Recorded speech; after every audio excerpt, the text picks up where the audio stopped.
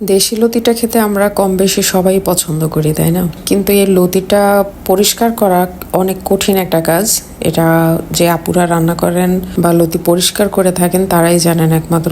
But আজকে আমি এমন একটা সিস্টেম শেয়ার করার জন্য চলে এসেছি সবার সাথে, যা দেখে আপনারাও খুব ইজিলি লতিটাকে পরিষ্কার করে নিতে পারবেন। এই তো আব্বু 1 কেজি লতি নিয়ে আসছে, সেখান থেকে হাফ কেজি লতি আমি বের করে নিয়ে আসছি পরিষ্কার করার জন্য।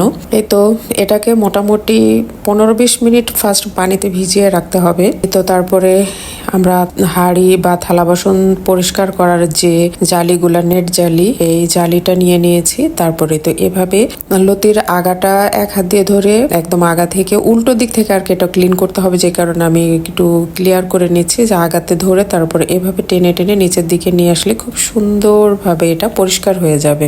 আর কিছু কিছু পানির লতি থাকে যেগুলা ক্লিন করতে গেলে অনেক হাত চুলকানোর একটা ভয় থাকে, বাট আমি যেভাবে দেখাচ্ছি এটাতে সে ভয়টাও থাকবে না, সেভাবে মানে অতটা সমস্যা হবে না।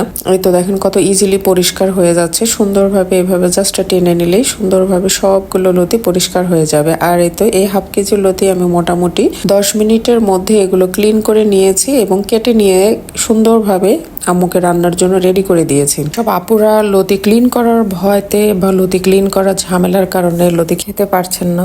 তো আজকে আমার দেখানো প্রসেসে লতি ক্লিন করবেন, খুব ইজিলি লতিগুলো পরিষ্কার করে আপনারা খেতে পারবেন। এই তো আমার সবগুলো লতি পরিষ্কার করে তারপরে কাটা হয়ে গেছে অলরেডি।